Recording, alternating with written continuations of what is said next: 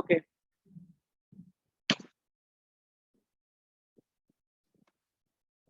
Monera. सी, अगर मैं kingdom मोनरा के बारे में तुमसे कुछ ओवरव्यू लूं, ऊपर से पूछूं, तो तुम्हारा क्या विचार होगा?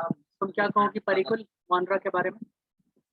इसमें कैसे ऑर्गेनिज्म है, उनके बारे में हाँ, बताओ। ये प्रोकैरियोटिक है एंड ये यूनिसेलुलर है एंड इसके एग्जाम्पल्स आपने बताए थे ब्लू ग्रीन एल्गे, आर्चीबैक्टीरिया।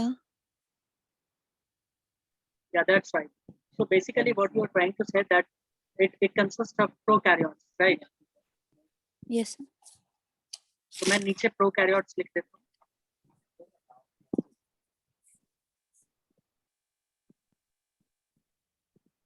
और मेरे हैंड राइटिंग में अगर कहीं कोई समझ में नहीं आए चीज तो मुझसे पूछना, ओके? यस ठीक है, तो सबसे पहले आज हम बात करेंगे इसके मेन कैरेक्टरिस्टिक्स के बारे में। We are going to talk about the characteristics of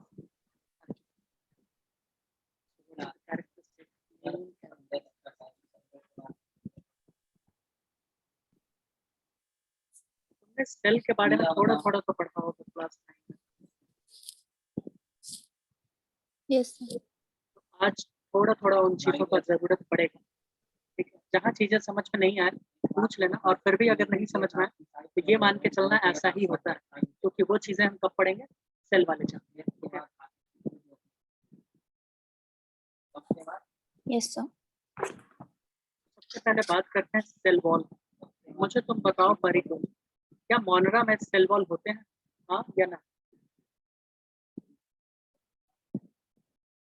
बताओ, मैंने बोला था याद तो करना है। सेल वॉल है या नहीं है? परिको यस सेल वॉल होते हैं भाई, बिल्कुल होते हैं। देखो वो जो मैंने टेबल लिखवाया था ना, उसमें जरा देखो तुम, उसी में देखो सेल वॉल प्रेजेंट प्रेजेंट लिखवाया होगा।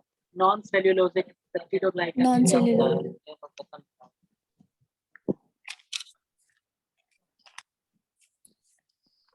it has सेल वॉल, है ना? इनके पास सेल वॉल तो होता है, ठीक है? यस लेकिन ये सेल वॉल जो है ये सेल्यूलोज के बने हुए नहीं होते, ठीक है? ये सेल्यूलोज के बने हुए नहीं होते, ये सेल्यूलोज के बने हुए नहीं, तो किस चीज के फिर बने हुए हैं? एक मिनट,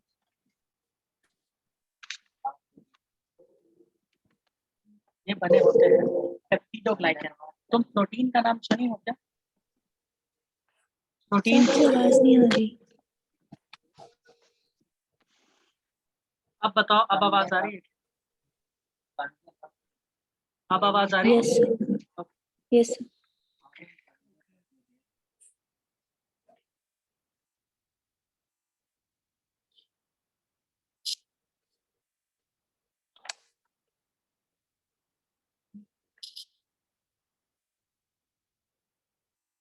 तो देखो, मैं ये बोल रहा था कि सेल वॉल एक्चुअली बना होता है इसमें प्रोटीन का। किसका बना होता है? प्रोटीन। अब प्रोटीन किस चीज के बने होते हैं? तो ये बने होते हैं पेप्टाइड्स के। किसके बने होते हैं? पेप्टाइड।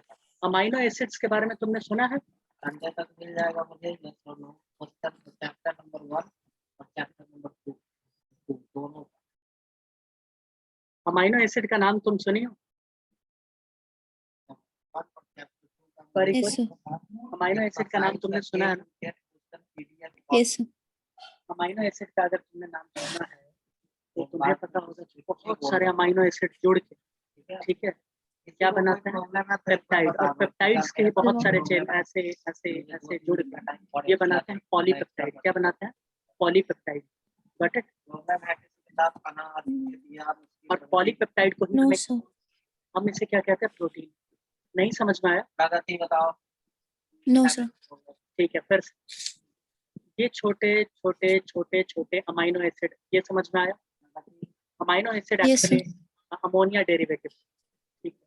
तो हमने इसका एक माला बना लिया, इस माला को हमने बोल दिया पेप्टाइड चेन। क्या बोला हमने? Peptide chain. लेकिन अगर पेप्टाइड चेन बहुत सारे हो जाए, साथ में ऐसे ऐसे जुड़ जाए, ऐसे जुड़ जाए, ऐसे जुड़ जाए, बहुत कॉम्प्लेक्स स्ट्रक्चर अगर बना ले, तो उस स्ट्रक्चर को हम क्या बोलेंगे? प्रोटीन, क्या बोलेंगे? प्रोटीन। प्रोटीन।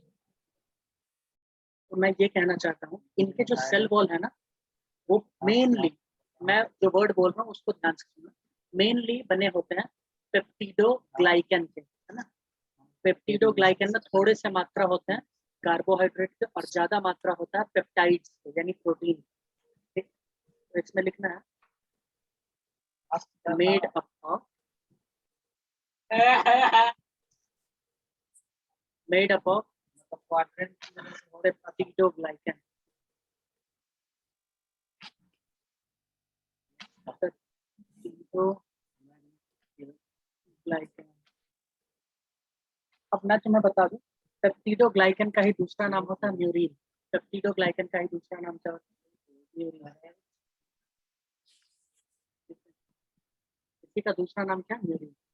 ठीक है। पेप्टिडोग्लाइकन को ही हम लोग म्यूकोपॉलीसेकेराइड भी कहते हैं। क्या कहते हैं? म्यूकोपॉलीसेकेराइड या म्यूकोपॉलीपेप्टाइड कहते हैं।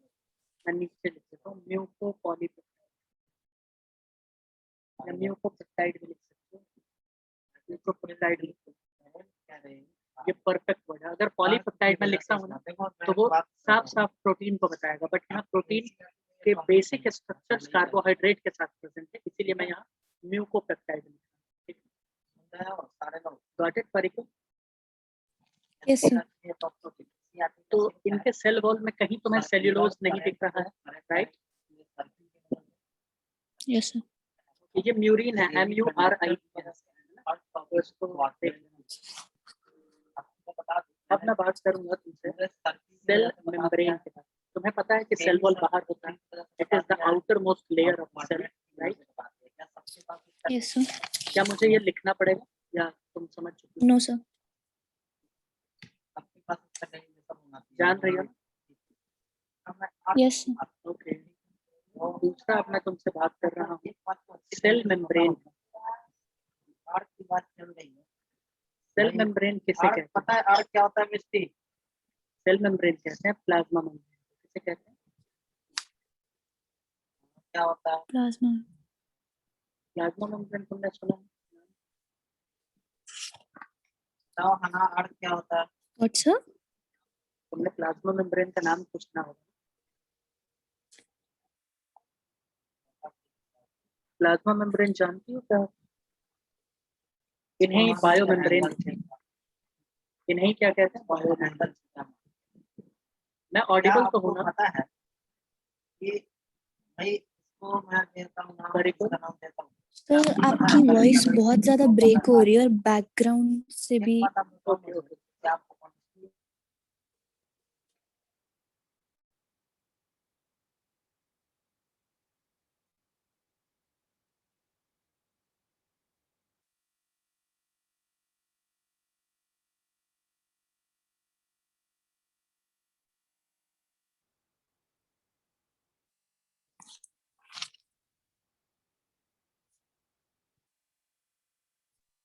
Okay Parikul, now am I audible to you?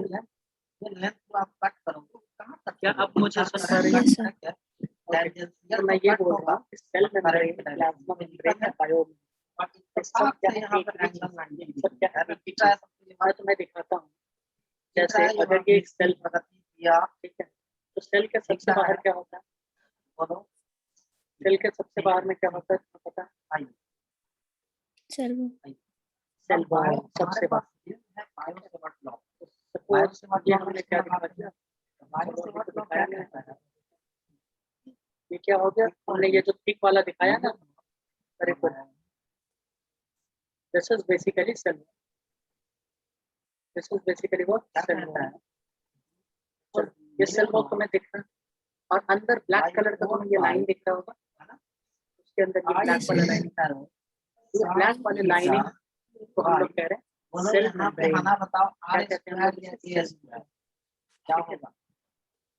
इसका काम सब क्या है, ये सब हम सेल चैप्टर में करेंगे, क्योंकि अगर मैं अभी इसका फंक्शन और इसके बारे में बताने लगूंगा तो हमारा ये टॉपिक छूट जाएगा, फिर हम इस मानरा को छोड़ देंगे। तो अभी ये तो समझ में आ गया सेल मेम्ब्रेन किसे कहते हैं, समझ में आया? Yes sir. अगर एनिमल का मैं बात करूं तो एनिमल में क्या होता है? सेल वॉल तो होता नहीं, तो उसमें डायरेक्ट क्या होता है, ये जो ब्लैक वाला जो मैंने बॉर्डर लाइन बनाया है यही है, ये प्लाज्मा मेम्ब्रेन यही है जो, ठीक है, इसी के थ्रू एक्सचेंज प्रॉब्लम है तो सेल मेम्ब्रेन, प्लाज्मा मेम्ब्रेन, यहाँ पर लग जाता है न्यू नॉट जैसे यूकैरियोट्स में पाए जाते हैं सेल मेम्ब्रेन जिस चीज से बने होते हैं ये फंक्शन सेम तो पाप से यहाँ एंगल 90 डिग्री है, sin 90 बाय सर आपकी बात समझ में नहीं आ रही। वही कहानी b इक्वल टू ये एक प्रोकैरियोट्स न्यू नॉट बाय 4 एक पाई यूकैरियोट दोनों सेल में, तो इसका जो प्लाज्मा मेम्ब्रेन है ना पड़ेगा, इस दोनों का प्लाज्मा मेम्ब्रेन दोनों एक ही चीज से बना हुआ है, ठीक है, और दोनों का फंक्शन भी सेम, अब दोनों क्या करो और बोलो इसको इंटीग्रेट है ना, ये बात याद है इंटीग्रेट कैसे करना है, बताओ पर इंटीग्रेट है dv का इंटीग्रेशन या म्यू नॉट बाय 4 पाई का इंटीग्रेशन होगा, हमारी ऑडिबल क्या बताऊं? ये समझ में आ गया नहीं होगा, जो भी मैंने बताया, म्यू नॉट बाय 4 पाई का इंटीग्रेशन थोड़ी होगा, वो तो कांस्टेंट है, म्यू नॉट बाय 4 पाई फिर से मैं बताऊं एक बार, तुम मुझे सुन रही हो या नहीं, एक बार बताओ, कांस्टेंट है और क्योंकि इधर थोड़ा सर बारिश आपकी आवाज एक्चुअली आ नहीं रही है, बैकग्राउंड में है जो अच्छा बैकग्राउंड वो ज्यादा आ रही है। ओके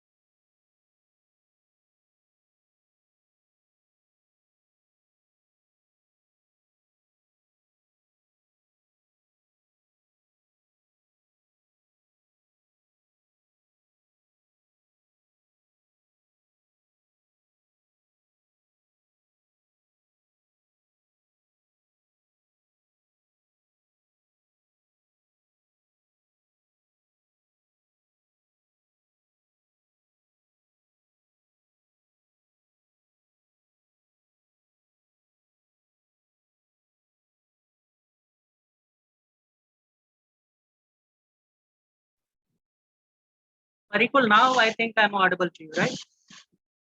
अब एकदम क्लियर होगा। Yes sir. तो देखो मैं ये बोल रहा था कि प्लाज्मा मेम्ब्रेन जो होता है ना, प्लाज्मा मेम्ब्रेन चाहे वो प्रोकैरियोट्स हो चाहे वो यूकैरियोट्स, सब में उनका कंटेंट बराबर होगा, यानी वो उसी चीज से बना है जैसा प्रोकैरियोट्स वैसा यूकैरियोट्स, ठीक है, और इनके फंक्शंस भी क्या होंगे, same. Got it? Yes sir. एक चीज मैं तुम्हें बता दूं, जब मैं सेल चैप्टर बताऊंगा तो इनमें थोड़ा सा डिफरेंस है, एक प्रोटीन प्रोकैरियोट्स में अलग होता है यूकैरियोट्स के मुकाबले, वो हम सेल चैप्टर में पढ़ेंगे, यहाँ नहीं पढ़ेंगे, है ना, नहीं तो हम टॉपिक से हट जाएंगे। तो आओ हम सेल मेम्ब्रेन के बारे में लिखें, इसमें लिख लो, मैं डिक्टेट करवा दूं क्या, मैं डिक्टेट करवा दूं परिकल? Yes sir.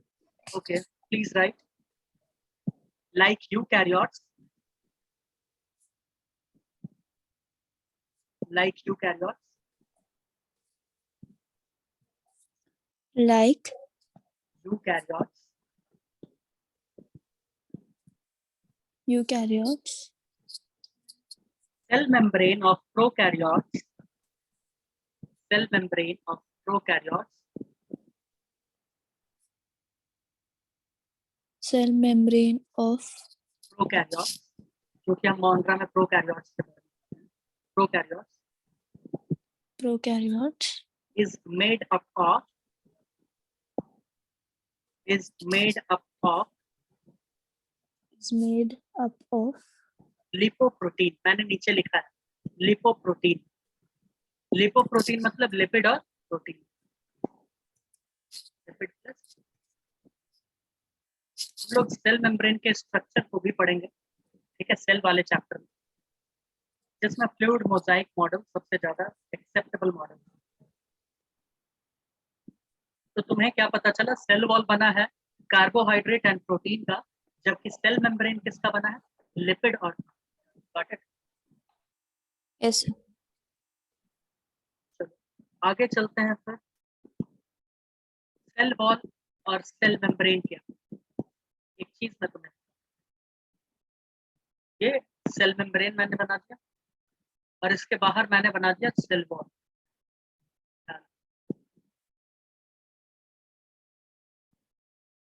तो ये फिगर बिल्कुल बना ही ले, हम इसे बोल रहे हैं सेल वॉल।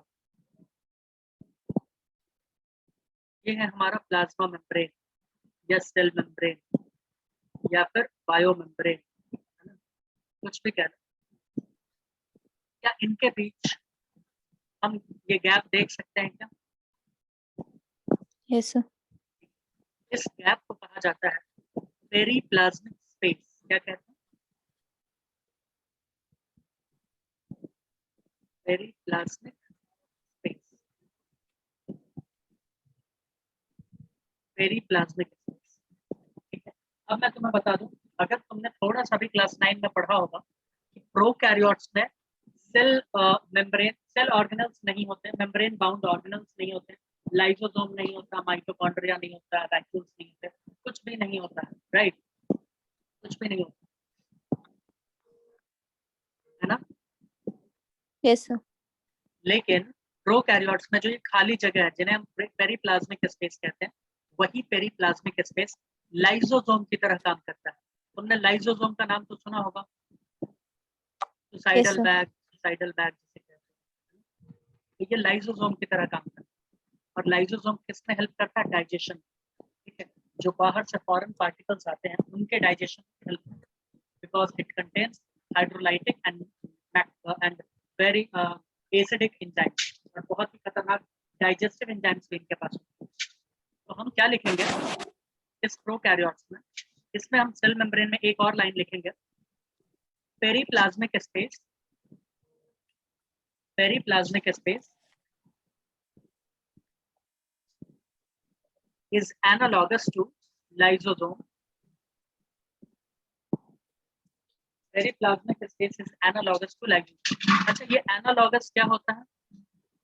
तुमने इवोल्यूशन वाले टॉपिक में पढ़ा होगा क्लास 10th में, एनालॉगस, होमोलॉगस। अच्छा, इस बार तो वो सिलेबस से हट गया था ना, तो पढ़ाई नहीं, yes sir पढ़ाई नहीं, कोई नहीं। होमोलॉगस ऑर्गन ऐसे ऑर्गन्स को कहते हैं जिनका ओरिजिन सेम हो बट फंक्शन अलग अलग हो। एनालॉगस ऑर्गन ऐसे ऑर्गन्स को कहते हैं जिनका ओरिजिन भले ही डिफरेंट हो बट फंक्शन क्या होना चाहिए, सेम। तो मैं ये कह रहा हूँ पेरीप्लाज्मिक स्पेस और लाइसोसोम तो अलग अलग चीज है, बट इनका फंक्शन क्या है, सेम। तो same इसलिए हमने क्या बोला, एनालॉगस। yes sir तुमने ये लिख लिया, yes sir ओके। चलो फिर साइटोप्लाज्म के बारे में।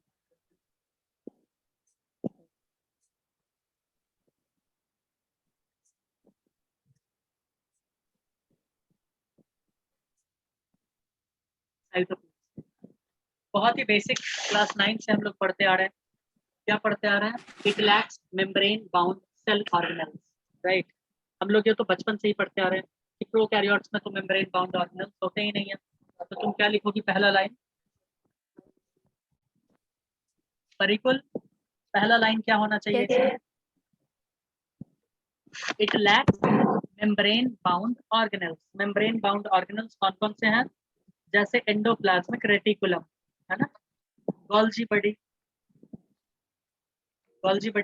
Mitochondria, chloroplast, vacuole, including nucleus. Nucleus भी मेम्ब्रेन बाउंड होता है, वो भी इनमें क्या absent है। तो सबसे पहला लाइन क्या लिखोगी Parikul? It lacks membrane It bound, lacks membrane bound organelles. इन्हें तुम ऑर्गेनेलीज भी कह सकती हो। स्पेलिंग ये है।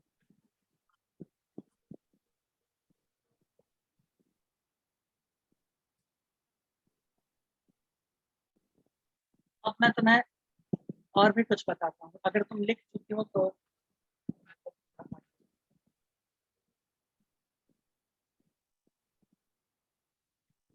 हो गया, लिख लिया? yes sir. चलो फिर आगे चलते हैं। हम फिर से एक सेल बना दिए, एक प्रोकैरियोटिक सेल। ये क्या है? एक प्रोकैरियोटिक। अब तुम जब देखोगी इसको माइक्रोस्कोप के अंदर तो ये तुम्हें फ्लूइड देखने को मिलेगा। इसी फ्लूइड को हम लोग क्या कहते हैं?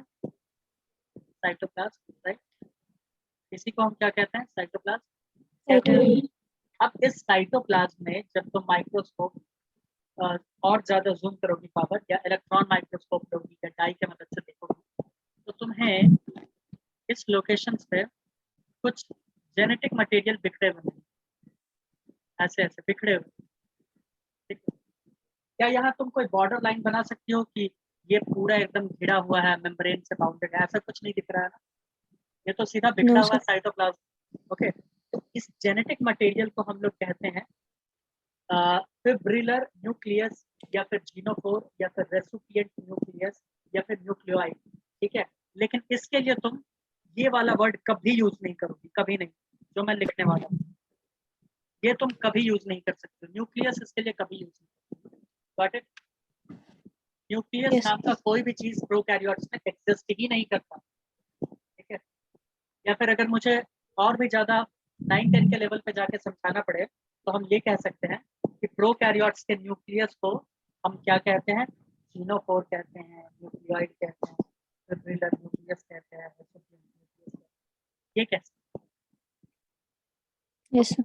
तो चलो मैं लिख देता हूँ, ये सब चीजें मैं लिख देता हूँ।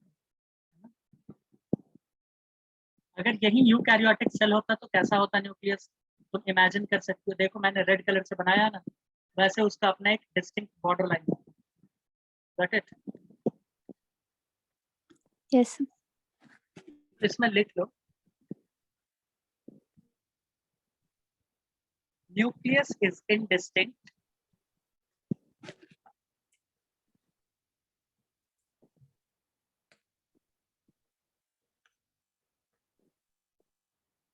डिस्टिंक्शन इसलिए नहीं कर सकती हो क्योंकि साइटोप्लाज्म में उसका जेनेटिक मटेरियल बिखरा हुआ है, तो कहाँ है न्यूक्लियस, कहाँ नहीं, कोई कुछ नहीं। ठीक है,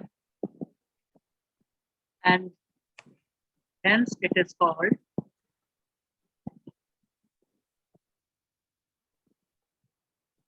इसे हम लोग क्या कहते हैं? सबसे पहला नाम Nuclear. जीनो।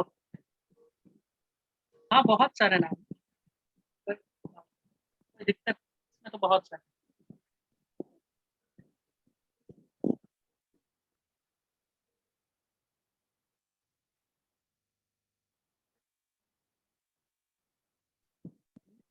ये जीनोफोर के बाद तुम लिख सकती हो न्यूक्लियोइड,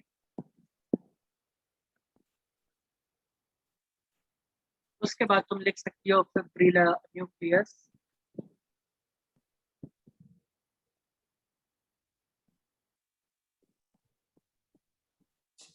इसके अलावा तुम लिख सकती हो इंसिपिएंट न्यूक्लियस,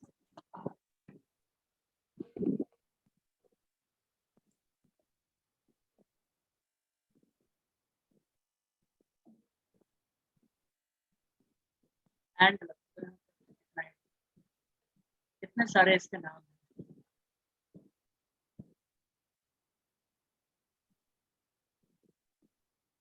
ठीक है? Yes sir. अच्छा देखो, जेनेटिक मटेरियल का जब हम बात करते हैं तो उस जेनेटिक मटेरियल में जो इंफॉर्मेशन कैरी करता है वो कौन होता है? डीएनए। नाम तो सुना होगा तुमने, है ना? Yes sir. डीएनए का फुल फॉर्म मुझे बताओगे? सर DNA का फुल फॉर्म है deoxyribo nucleic D acid. Deoxyribonucleic acid है ना, यही है ना? Yes sir. ओके, अगर मैं तुमसे पूछूं ये डीएनए क्या होता है, क्रोमोसोम क्या होता है, ये जीन क्या होता है, तो क्या तुम इन सब में डिफरेंसेस थोड़ा थोड़ा बता सकती हो? और अगर नहीं बता सर सकती किस मैं किस किस के बीच में?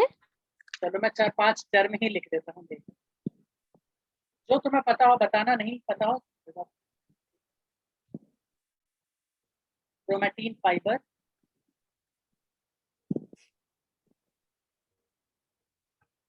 क्रोमोसोम, डीएनए, बताओ। नहीं पता? चलो मैं सर बता मैं बता देता हूँ, ठीक? मुझे मुझे नहीं आता। देखो क्रोमैटिन फाइबर क्या होता है, सबसे पहले मैं बता दूं।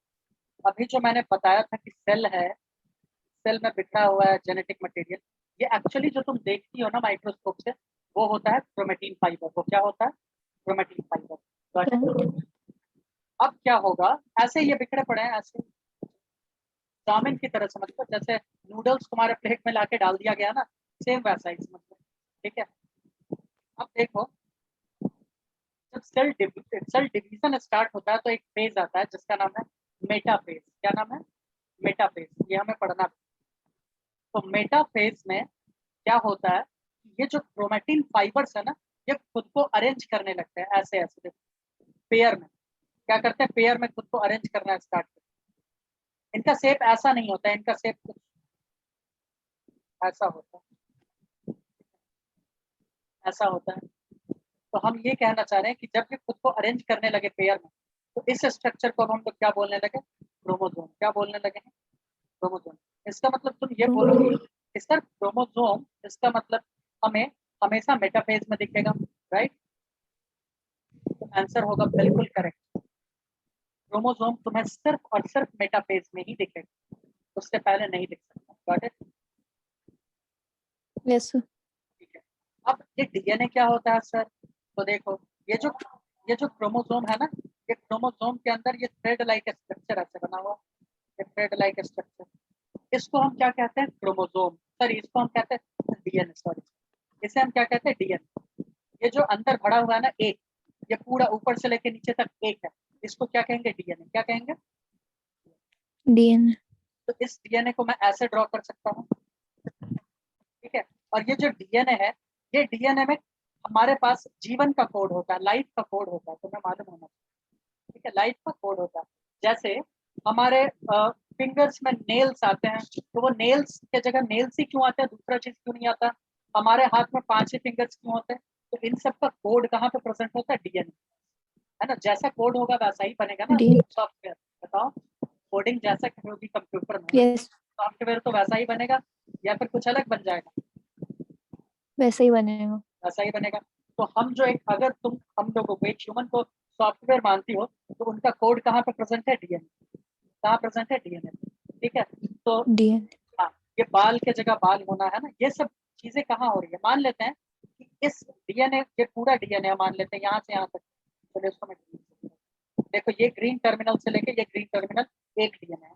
मान लेते हैं इस डीएनए पे 2 सीक्वेंस, ये वाला जगह कोई खास तरह का प्रोटीन बना रहा है, ये वाला जगह कोई खास तरह का प्रोटीन बना रहा है, ये दोनों प्रोटीन अलग अलग बना रहे हैं, ये P2 प्रोटीन और ये P1 प्रोटीन, ठीक है? तो ये जो इसका फंक्शनल पार्ट है ना, ये जो इसका फंक्शनल पार्ट है ना परिकुल, इस पार्ट को हम लोग कहते हैं जिन। क्या कहते हैं? जिन। बाकी ये जिन। नॉन फंक्शनल पार्ट, ठीक है? यानी ये होते हैं कोडोन वाले पार्ट, ये होते हैं, आगे 12th में पढ़ोगे, ये होते हैं कोडोन वाले पार्ट, और ये होते हैं एंटी कोडोन या फिर नॉनसेंस कोडोन वाले पार्ट, ठीक है? यानी जीवन का कोड यहीं पे प्रेजेंट होता है, यहीं पे प्रेजेंट होता है। इसका मतलब तुम ये भी कह सकती हो कि सर हमारा जो जीवन का लाइफ का कोड है, वो एक्चुअली जिन में प्रेजेंट होता है, और जिन एक फंक्शनल यूनिट है जो डीएनए पे प्रेजेंट होता है, और डीएनए एक थ्रेड लाइक स्ट्रक्चर है जो क्रोमोसोम के अंदर प्रेजेंट होता है या क्रोमैटिक फाइबर के अंदर प्रेजेंट होता है, राइट? बताओ, यस सर। समझ में आया ना पक्का? Yes sir. ठीक है। तो मैं तुमसे अब ये कहना चाहता हूँ, ये जो प्रोकैरियोट्स है ना, प्रोकैरियोट्स, उनमें ये क्रोमैटिन फाइबर ऐसे ही बिखरे हुए होते हैं, ऐसे ही, ठीक है? क्रोमैटिन ऐसे ही बिखरे हुए होते हैं, उनका जो डीएनए है ना, ये वाला जो मैंने अंदर दिखाया है, ये डीएनए अलग अलग शेप्स में आते हैं, अलग अलग साइज में आते हैं। तो इसमें आते हैं, अब देखो कैसे अलग शेप अलग साइज में आते हैं। ये जो डीएनए इसके अंदर भरा हुआ है, अगर मैं इसका लेंथ तुम्हें बता दूं तो तुम काफी ज्यादा हैरान हो जाओगी। इस डीएनए का लेंथ लगभग 1 मीटर होता है। कितना होता है? लगभग 1 मीटर। अब मुझे बताओ कि एक सेल का साइज कितना होता है? तुम बोलोगे सर वो तो माइक्रोमीटर में होता है ना। Yes sir. अब एक माइक्रोमीटर वाले के अंदर क्रोमोसोम के अंदर इतना बड़ा डीएनए कैसे एडजस्ट हो गया, है ना। तो उसको एडजस्ट करने के लिए कुछ तो चाहिए होगा। तो उसको एडजस्ट करवाने के लिए हम एक प्रोटीन का यूज करते हैं जिसका नाम है हिस्टोन प्रोटीन। क्या नाम है? हिस्टोन। इसमें कुछ ऐसे कॉइल्ड होते हैं,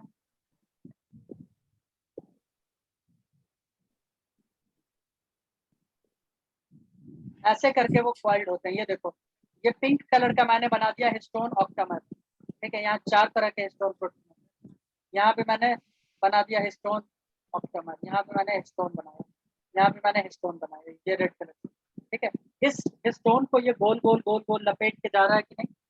ये जो थ्रेड है इसी को डीएनए कह रहे हैं। ये thread, समझ में आया? तो ये क्या करता है? पैकेजिंग में हेल्प करता है। ये क्या करता है? पैकेजिंग में हेल्प करता है। कुछ डीएनए को तुम ऐसे देख लोगे, अगर तुमने कभी देखा है तो ऐसे करके देखियो, ये स्ट्रक्चर डीएनए का देखियो। Yes sir. ठीक है, तो ये स्ट्रक्चर इसे कहते हैं डबल स्ट्रैंडेड स्ट्रक्चर। इसे क्या कहते हैं? Double strand. एक ये वाला स्ट्रैंड हो गया, एक ये स्ट्रैंड हो गया कि नहीं? और कभी कभी एक ऐसे ही डीएनए देख लो, एक डीएनए, इसे क्या कहते हैं? Single strand. क्या कहते हैं? Single stranded. सिंगल। ठीक है, तो मैं तुम्हें बता दूं कि प्रोकैरियोट्स में कैसे डीएनए होते हैं। मैं ये सब हटा दूं या लिखना है तुम्हें? बताओ। ऐसे जरूरत सर नहीं है लिखिए। सेल वाले चैप्टर में पढ़ ओके। सकते। चाहो तो स्क्रीन पर ओके। ले लो और बाद में लिख लेना, मेरे क्लास खत्म होने के बाद, है ना? चाहो तो ले ओके सर। लो। Yes sir.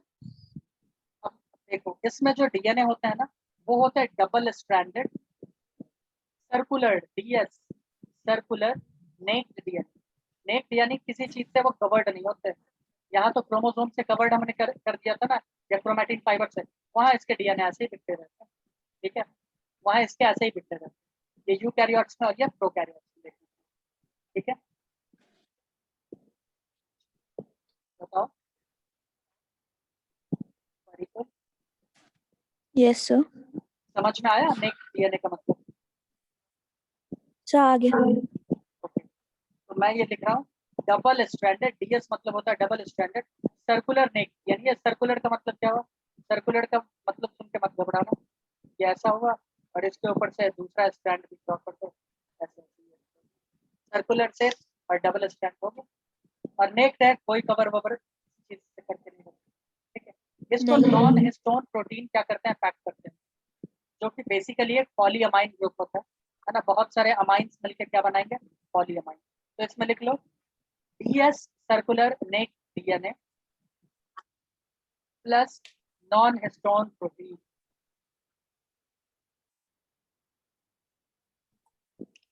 क्या लिखना है? नॉन हिस्टोन,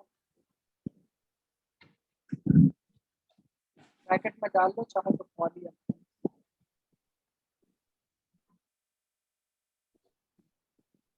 चीजें समझ में आई? Yes sir. बहुत सही। अब चलो बात करते हैं साइटोप्लाज्म में ही राइबोसोम के बारे में। राइबोसोम के बारे में तुम जानती हो? Ribosome is the site of protein synthesis. Protein वहीं पे बनता है, मालूम है या नहीं मालूम है? Yes sir. राइबोसोम कितने तरह के होते हैं पढ़ी कुल? एक 70S और एक होता है 80S। नाम तो सुना होगा। ये एस जो यहाँ पे है, इसे कहते हैं स्वेडबर्ग यूनिट या फिर सेडिमेंटेशन कोएफिशिएंट। इनके बारे में मैं सेल वाले चैप्टर में ही बताऊंगा। तो ये 70S जो राइबोसोम होता है ना, ये किस में पाया जाता है? बताओ बताओ। Pro prokaryotes. प्रोकैरियोट। उसके बाद यहीं पर मत रुको, माइटोकॉन्ड्रिया में भी पाया जाता है। ठीक है, इसके अलावा क्लोरोप्लास्ट में भी पाया जाता है, ठीक है। बट एटीएस सिर्फ और सिर्फ किस में पाया जाता है? पाया जाता है सिर्फ। बट हम लोग अभी इन दोनों के बारे में नहीं लिखेंगे, क्योंकि इनके बारे में भी तो हमें पढ़ना ही है आगे। तो अभी हम लोग सिर्फ ये लिखेंगे 70s राइबोसोम्स आर, बस 70s ribosomes are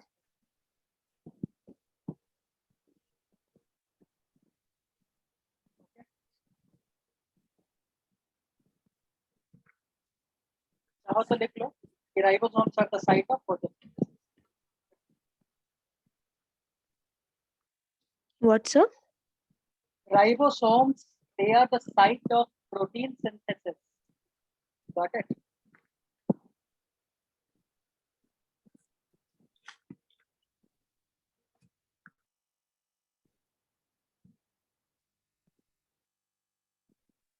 Have you written, Parikul?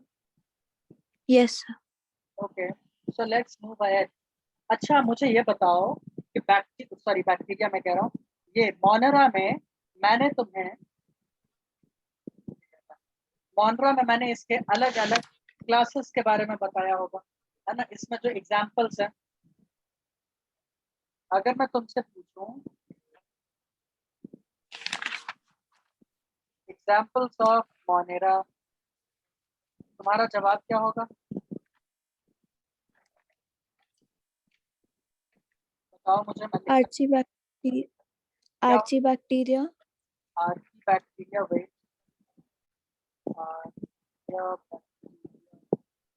अच्छा आर्किया कुछ अलग सा चीज भी था ना, अगर तुम्हें याद हो तो।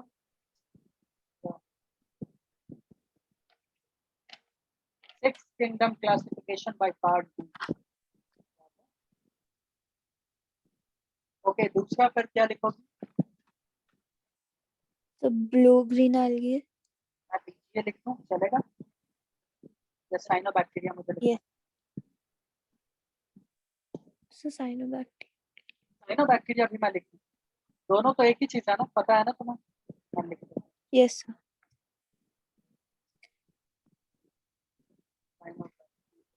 ओके। तीसरा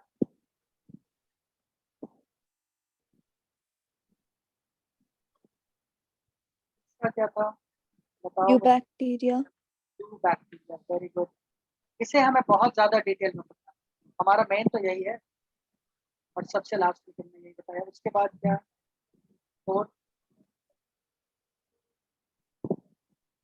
So mycoplasm. Mycoplasma. Okay, mycoplasma. और भी कुछ है क्या? Yes, sir. क्या है बताओ मुझे। Rickettsia. रिकेट्सिया, ओके, चलो रिकेट्सिया।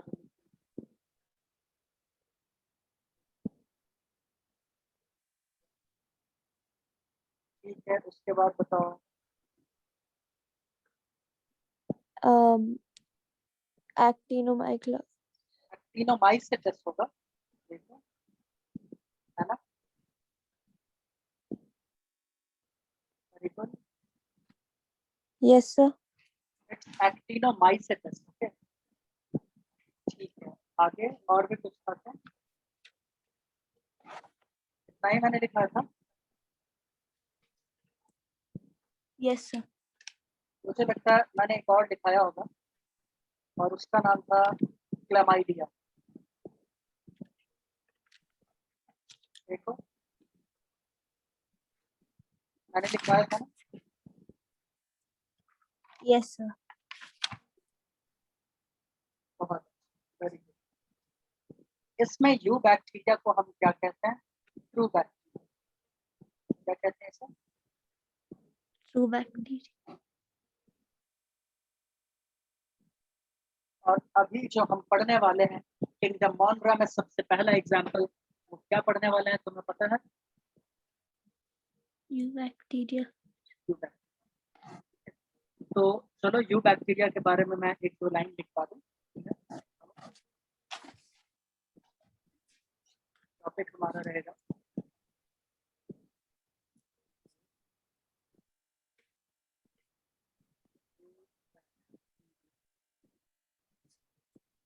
इसमें एक 2 लाइन लिख लो जो तुम्हें जानना चाहिए, लिख लो, मैं डिक्टेट करवा दूं। Yes sir. इसमें लिखो it was first observed by, it was first observed bye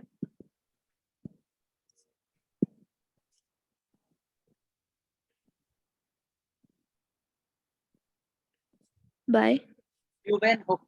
मैं साइंटिस्ट का नाम लिख देता हूँ, एवी ल्यूवेन, नाम तो सुना होगा तुमने, एंटोन वॉन ल्यूवेन, ठीक है।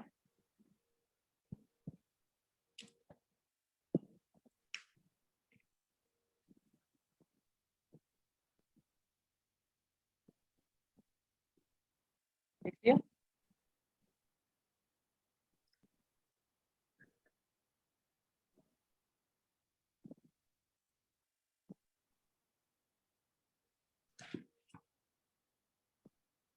have you written? Very cool. Sir आपकी बीच में आवाज नहीं आई थी, जो आपने सेकंड पॉइंट बोला वो मुझे समझ नहीं आया। मैंने सेकंड पॉइंट बोला ही कहाँ, कुछ भी नहीं बोला। नहीं, जो आप कौन सा वाला, ये जो मैं लिख रहा हूँ वही ना? Yes sir. मैंने बोला ही नहीं, कुछ भी नहीं बोला। अब मैं बोल रहा हूँ, F J. Cohn and Ehrenberg first of all coined the term bacteria. First of all, coined the name bacteria.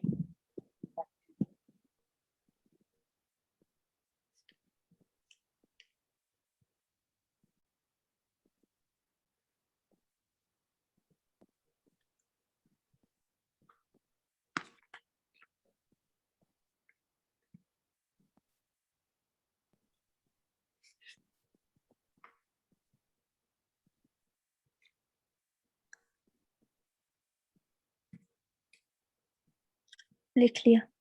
Okay, एक दो और चीजें लिख लो। इसमें लिखना है साइंटिस्ट का नाम लिख लो, बर्गे। क्या लिखना है? बर्गे। इन्होंने बैक्टीरिया का क्लासिफिकेशन किया था, बहुत तगड़ा बात, ठीक है। और उस बुक का नाम था, उन्होंने लिखा था मैनुअल ऑफ डिटरमिनेटिव माइक्रोबायोलॉजी। क्या लिखा था? बुक का नाम था मैनुअल ऑफ डिटरमिनेटिव माइक्रोबायोलॉजी। अगर तुमने पहला वाला चैप्टर मुझसे पढ़ा है तो तुम तुरंत यहाँ पे एक क्वेश्चन करोगे, पता है क्या क्वेश्चन करोगे मालूम है? कि सर ये मैनुअल वर्ड तो हम प्लांट के केस में यूज करते थे ना। Yes sir. तो मैं बोलूंगा बिल्कुल ये प्लांट के केस में ही यूज होता था, लेकिन बर्गे साहब ने क्या किया था ना, इसको प्रोसोफाइटा ग्रुप में डाल दिया था, यानी प्लांट वाले ग्रुप में ही डाल दिया था पहले, जब वो इसके ऊपर स्टडी कर रहे थे, इसीलिए उन्होंने ये नाम दिया। और इस किताब के लिए ही एक अलग सा नाम है, उसको लिख लो, उसका नाम है बाइबल ऑफ बैक्टीरियल क्लासिफिकेशन। इसी को क्या कहते हैं? Bible of bacterial classification.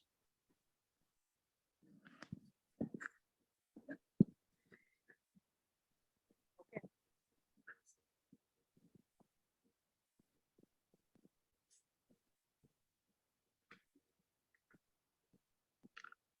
Yes sir. एक साइंटिस्ट और थे जिनका नाम था रॉबर्ट कोच, ठीक है। उन्होंने कोच पॉस्टुलेट्स किया था, है ना?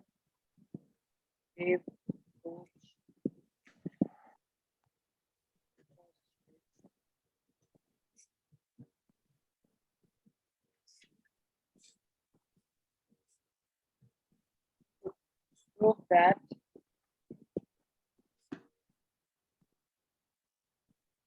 bacteria are the cause of disease. Robert Koch ने एक कोच पॉस्टुलेट दिया था, ठीक है। और वो ये प्रूव करके बताए थे कि बीमारी का मेन कारण कौन है? बैक्टीरिया, और इसके लिए उन्हें नोबेल प्राइज भी मिला। ठीक है, अभी मीटिंग बंद होगा तो मैं एक बार फिर से ज्वाइन करना है, फिर हम लोग स्टेप्स साइजेस के बारे में बात। Okay okay परिकुल,